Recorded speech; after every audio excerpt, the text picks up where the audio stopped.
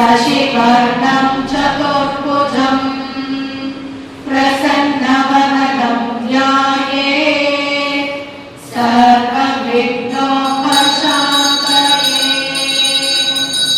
गुरुर्ब्रह्मा गुरुर्विष्णुः गुरुर्देवो महेश्वरः गुरुसाक्षात् परब्रह्म तस्मै श्री गुरवे नमः।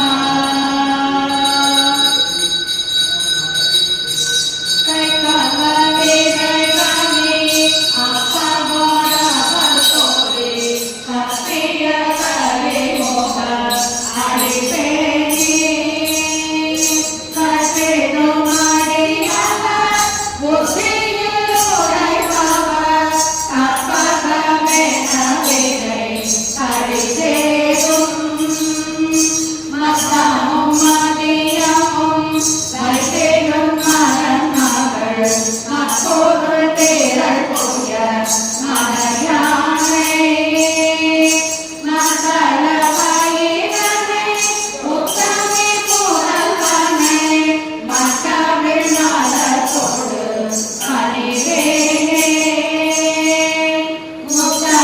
முத்தமிழனை முற்பாடு கேரிதனில் முற்பட எழுதிய முதல்வோனே முப்புறமேறி செய்த அச்சிவனுரை ரதம் அச்சது போரி செய்த அதிதீரா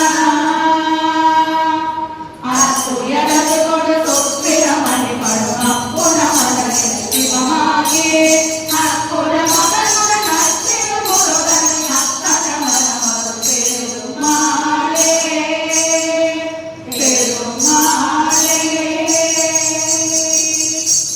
தந்தனத்தோம் என்று சொல்லியே வெள்ளரிப்பட வெள்ளரிப்பட வந்தவன் தலை மகளே தானும் தந்த மேடம் கொட்டியே கண்ணீரையும் கடிதம் சொல்லவே வந்திருக்கும் நாங்கள் எல்லாமே வந்திருக்கும் நாங்கள் எல்லாமே இங்கு கூடியிருக்கும் அனைவருக்கும் முதற்கண் எங்கள் வணக்கங்கள். வணக்கம் வணக்கம் வணக்கம். ஸ்ரீ வாசவி கன்னிகா பரமேஸ்வரி அம்மன் ஆரிய வைஷ்யர்களின் குலதெய்வம். வேத காலம் முதல் வைஷ்ய தர்மத்தை கடைபிடித்து சிக்கனம், நல்லொழுக்கம், பரோபகாரம், தர்ம சிந்தனை, வாணிகம், தியாகம், வைதிக நெறிமுறை மாறாமல் பெரும் புகழுடன் விளங்கி வரும் ஆரிய வைஷ்ய குலத்துக்கு ஆதர்சமாகவும் ஆதார சக்தியாகவும் விளங்கும் வாசவி சாக்ஷாத் பார்வதியே கன்னிகா பரமேஸ்வரியாக அவதரித்து குல தர்மத்தையும் ஸ்திரீ தர்மத்தையும் நிலைநாட்ட மகத்தான தியாக சுடராக விளங்கிய புண்ணிய சரித்திரத்தை படிப்பதும் கேட்பதும் இம்மையிலும் மறுமையிலும் நமக்கு சகல நன்மைகளும் தருவதாகும். அரிது அரிது மானிடராய் பிறப்பது அரிது.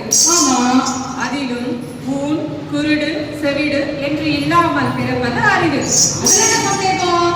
அதிலும் வைஷ்யராய் பிறத்தல் அரிதோ அரிது. ஆமா, நம் வைஷ்யர்கள் அனைவரும் அவசியம் தெரிந்து கொள்ள வேண்டிய கதை இது. பகவத்கீதை எவ்வளவு முக்கியமோ அதே மாதிரி வைஷ்யர்களுக்கு ஸ்ரீ வாசவி கன்னிகா பரமேஸ்வரி அம்மனின் சரித்திரம் புராணம் தெரிந்து கொள்வது மிகவும் அவசியமானது. இதை எங்களுக்கு தெரிந்த வரை சொல்ல வந்துள்ளோம். கேட்கிறீர்களா? பேஷா கேட்கலாமே. வைஷ்யர் அப்படின்னா என்ன? அதை பற்றி கொஞ்சம் சொல்லுங்களே கேட்போம். வைஷ்யர் என்ற பதம் விசர்கள் என்ற பதத்திலிருந்து வந்தது. சரி, விச அப்படின்னா பிரவேசித்தல் என்று பொருள். ஓஹோ, அதாவது சரீரத்தில் பிரவேசித்த ஆத்மா என்பதை குறிக்கும். சரி, விசர்களே வைஷ்யர்கள் என்ற திருநாமம் கொண்டனர். வேசி செட்டியாராக மாறியது. அப்படியா? அப்படின்னா ஆரியன் என்ற சொல்லுக்கு அர்த்தம் என்ன? அர்த்தம் என்ன? ஆர்யா அப்படின்னா பல அர்த்தங்கள் இருக்கு. சரி, இருந்தாலும் இந்த இடத்துல ஆர்ய என்ற சொல்லுக்கு உயர்கள் என்று பொருள். வேஷம் சொன்னீங்க.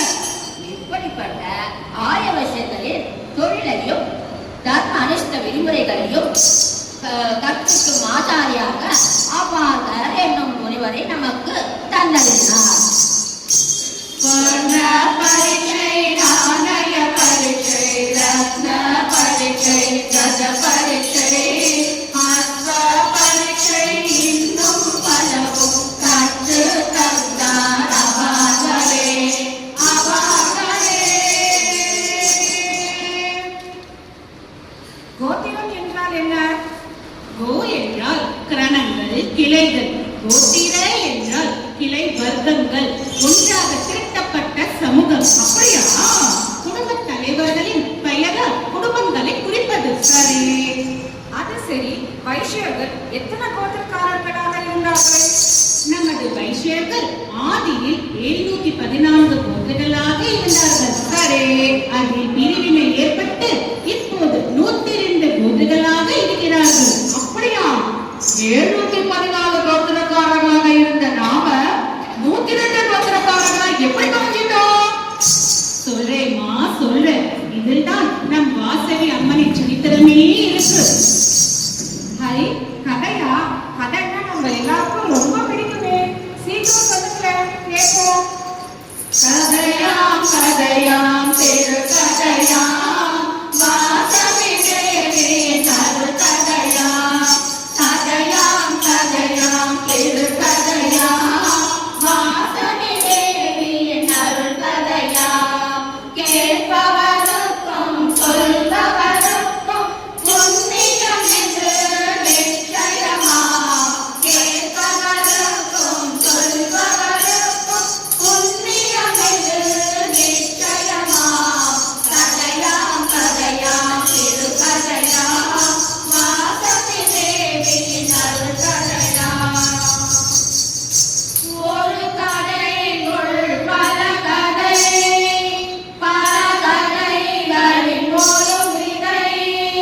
சக்தியே ஒரு பெண்ணுமாய் வந்தவதரித்த திருக்கதை, திருக்கதை.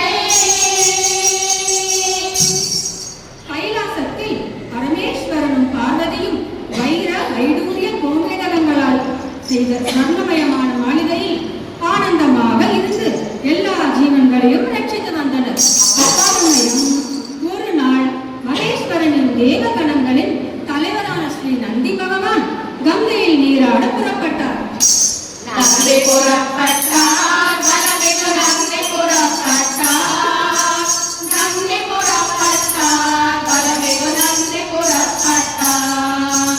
தேவகணங்களின் தலைவராம் நந்தி, நந்தி புறப்பட்டார். தேவகணங்களின் தலைவராம் நந்தி, நந்தி புறப்பட்டார். வனமிகு நந்தி புறப்பட்டார். நந்தி புறப்பட்டார், வனமிகு நந்தி புறப்பட்டார். கங்கை மீது கொண்டனப்பட்டார், மேனி சிலிர்த்திட கங்கை நீராட. நந்தி புறப்பட்டார், வனமிகு நந்தி புறப்பட்டார். நந்தி புறப்பட்டார், வனமிகு நந்தி புறப்பட்டார். அருகில் இருந்த சமாதி என்ற வைஷ்ய மகரிஷியிடம் தான் வரும் வரையில் கைலாசத்தில் கைலையின் நுழைவாயிலில் காவல் புரிந்து யார் நுழைய முற்பட்டாலும் அனுமதிக்க வேண்டாம் என்று கூறி சென்றார். சரி, அச்சமயம் சினமிக்க துர்வாச முனிவர் கைலாயத்துக்கு சிவபார்வதி தரிசனத்திற்கு வரவே காவலில் நின்று இருந்த சமாதி மகரிஷி உள்ளே அனுமதிக்கவில்லை. அடடா! இதனால் கோபமடைந்த துர்வாசர் சமாதி மகரிஷியை பூலோகத்தில் மானிடமாக பிறக்கும்படி சபித்தார். அப்பப்பா, துர்வாசர் என்றாலே கோபம் என்றுதான் அர்த்தம். ஆமா, துர்வாசருக்கு கோபமும் ஜாஸ்தி, சாபமும் ஜாஸ்தி. சரியா சொன்னீங்க. துர்வாச மகரிஷி சாபமும் கொடுத்தாச்சு. சாபத்தினால வைஷ்ய மகரிஷி பெருமாண்டாவில் குசும சிரேஷ்டியாக பிறந்தாச்சு. திரும்பவும் இந்த கதையில நந்தி நுழைந்தார். நந்தி பகவான் எல்லோரையும் கவரும் வண்ணம் கைலாயத்தில் பக்தியுடன் நடனமாடி சிவபெருமானை மட்டும் வணங்கினார். ஜட்டாடவே கலச்சல பிரவாம பாவிதஸ்தலே கலேவலம் யலம் விகாம்புஜம் பிரசுங்கமாலிகம் டமட்டமட்டமட்டமட்டிநாத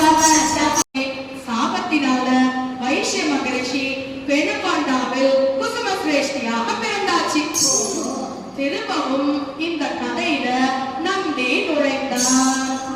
நந்தி பகவான் எல்லோரையும் கவரும் வண்ணம் கைலாயத்தில் பக்தியுடன் நடனமாடி சிவபெருமானை மட்டும் வணங்கினார்.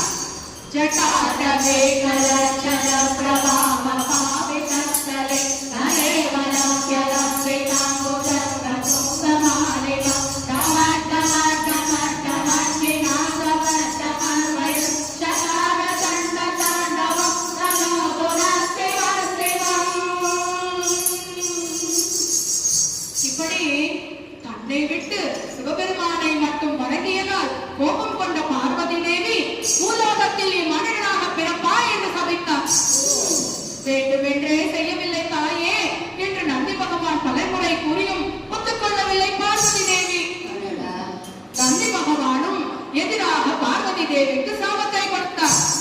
தாங்களும் பூலோகத்தில் பெண்ணாக பிறந்து திருமணமே ஆகாமல் கன்னியாகவே அக்னி பிரவேசம் செய்து கொள்ள வேண்டும் என்று சபித்தார்.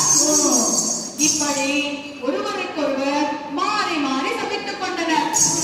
இது இப்படி இருக்க பூலோகத்தில் குசும சிரேஷ்டிக்கும் குசுமாம்பிகைக்கும் நீண்ட நாட்களாக குழந்தைகள் இல்லை. அதனால் குசும சிரேஷ்டி புத்திரகாமேஷ்டி யாகம் ஒன்றை நடத்தினார். புத்திரகாமேஷ்டி யாகத்தின் பலனால் கிடைத்த பாயாசத்தை குசுமாம்பிகையும் உண்டார். 10 மாதங்களுக்கு பிறகு பார்வதி தேவியும் நந்தி பகவானும் இரட்டை குழந்தைகளாக பிறந்தனர்.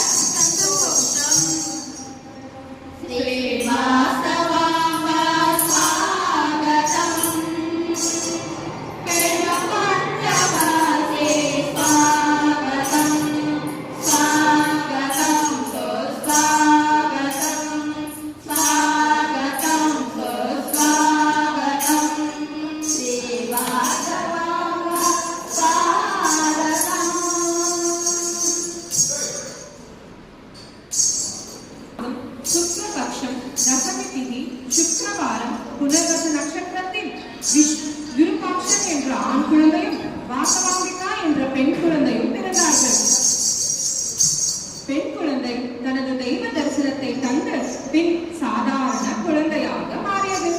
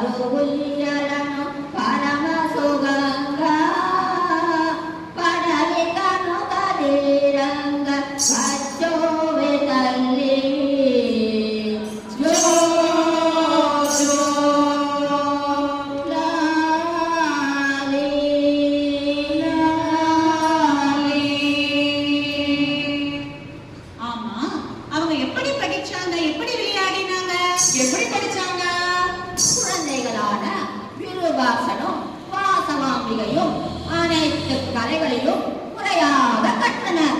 சரி, முத்து, பவளம், வைரம், வைடூரியம், நீலம், கோமேதக, புஷ்யமரகத, மாணிக்கம் இவையெல்லாம் வைத்து விளையாடினாங்க. என்னது விளையாடினாங்களா? ஆமா. குரு பிரம்மா, குரு விஷ்ணு, குரு தேவோ மகேஸ்வரः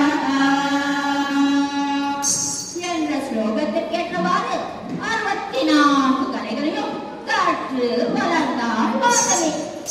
நாளொரு மேனியும் பொழுதொரு வண்ணமுமாக வளர்ந்தது அவளின் அழகு. பெண்ணவளின் கண்ணழகை பேசி முடியாது, பேரழகின் ஈடாக வேறொன்றும் கிடையாது. அவ்வளவு அழகா வாசவி தேவி. ஆமா,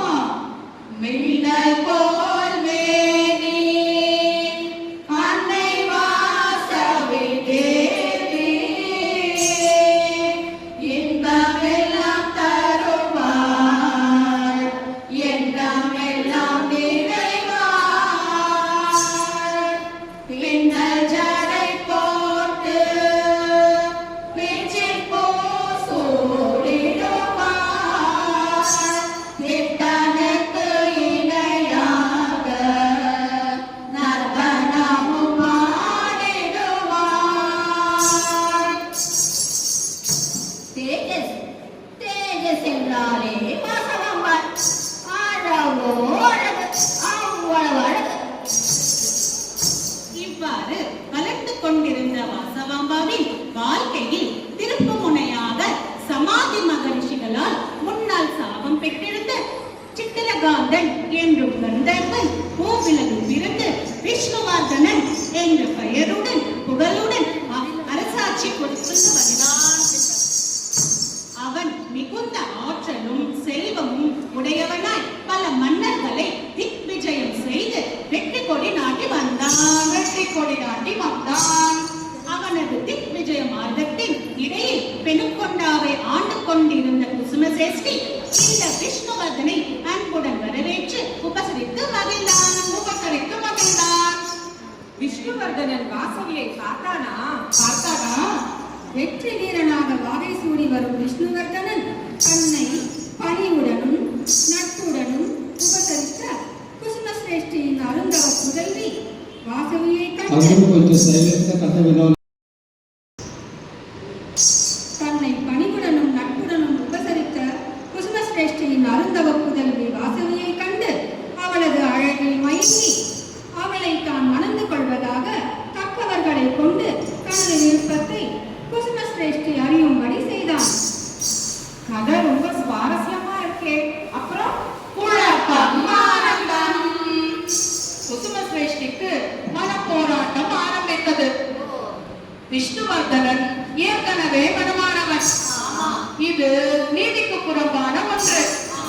பிறகு சத்திரியனா வைசியனா என குலப்பிரச்சனை மற்றொன்று. வேதனைகள் ஒருபுறம் மனதில் காட்ட என்ன செய்வதென்றே முடிவெடுக்க முடியாத நிலையில் மனப்போராட்டத்தில் இருந்தார் குசுமசிரேஷ்டி. ஒரு வார கால அவகாசம் கேட்டு விஷ்ணுவர்தனனை ஒரு வழியாக சமாளித்து அனுப்பி வைத்தார்.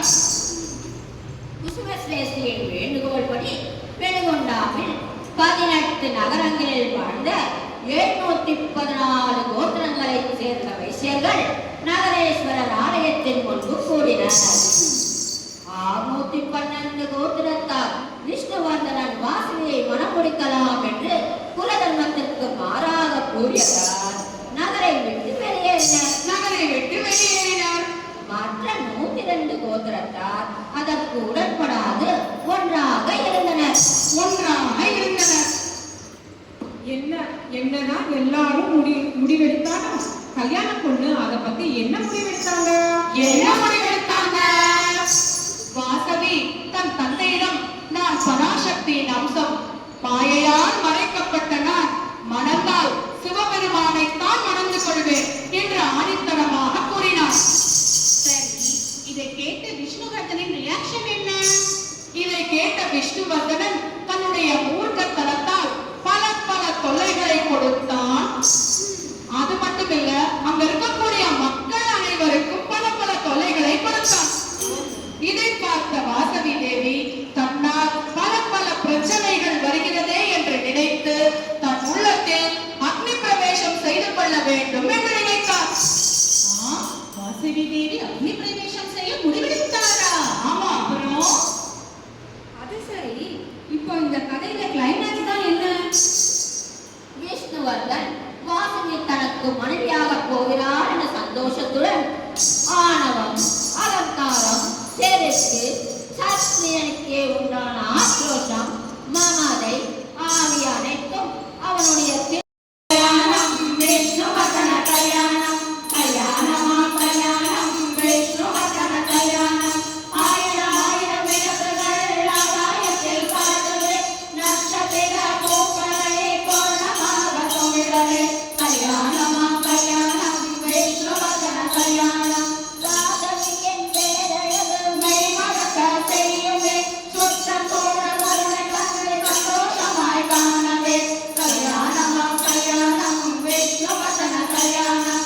நாடெங்கும் கல்யாண முரசொலிதான் பட்டவே.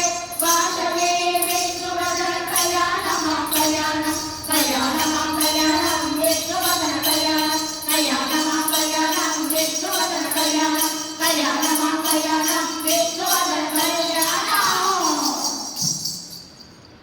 அப்பப்பா அப்பா எப்ப கல்யாணம்? எப்ப கல்யாணம்? மாசி மாதம் சுக்லபக்ஷம் திருதியை சுக்கிரவாரம் ரேவதி நட்சத்திரம் அமிர்த யோகம் கூடிய சுபதினத்தில் காலை 7:30 நாழிகைக்கு மேல் மீன லக்னத்தில் கல்யாணம் திருக்கல்யாணம் என எல்லோருக்கும் முரசு கொட்டினார். திருமண நாளும் வந்தது. உச்சி முதல் பாதம் வரை பொன்னால் இழைக்கப்பட்ட சகல ஆபரணங்களையும் சூடி வாசவி தேவி அக்னி பிரவேசம் செய்து கொண்டார். அப்பா, வாசவி தேவியுடன் 102 கோத்திரத்திலிருந்து ஒவ்வொரு தம்பதியினரும் ஒரே நேரத்தில் அக்னி பிரவேசம் செய்தனர். இந்த அதிக தியாகத்தினால் ஆணவத்தின் மூச்சில் இருந்த விஷ்ணுவதனின் சிரம் சொக்கு நூறாக சிதறிவிட்டது. அனைவரும் வாசவி தேவி விஸ்வரூப தரிசனம் கண்டு மகிழ்ந்தனர்.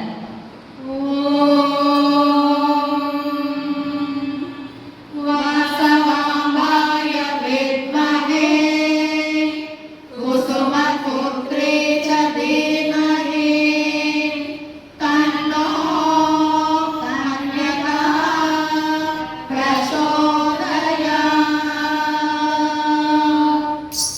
அக்னி பிரவேசம் செய்து கொண்ட வாசவி தேவி சாட்சாத் பார்வதியாக மாறி கைலாயத்தை அடைந்தார்.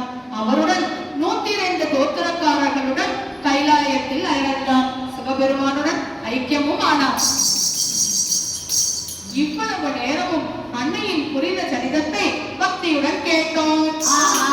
அதன் பலன்கள் என்னென்ன தெரியுமா? அன்னையின் கருணா கட்டாட்சத்தால் சகல சம்பத்துகளும் மக்கள் செல்வத்தையும் பெறுவார்கள். அப்படியா? ஆமா, பிறவி பிணி நீங்க பெற்று நற்கதையும் அடைவார்கள்.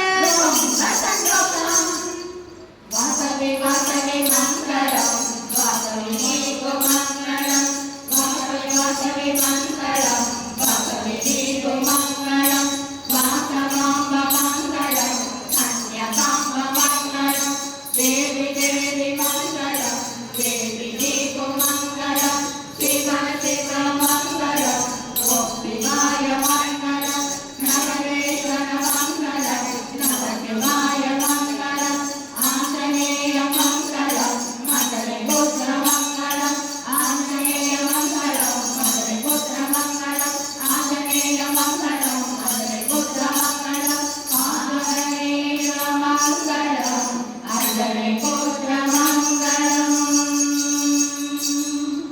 जय श्री वासवी कनिका परमेश्वरी माता को जय। जय श्री वासवी कनिका परमेश्वरी माता को जय। जय श्री वासवी कनिका परमेश्वरी माता को जय। सर्वं श्री वासवी कनिका परमेश्वरी अर्पणमस्तु. ओम शांति शांति.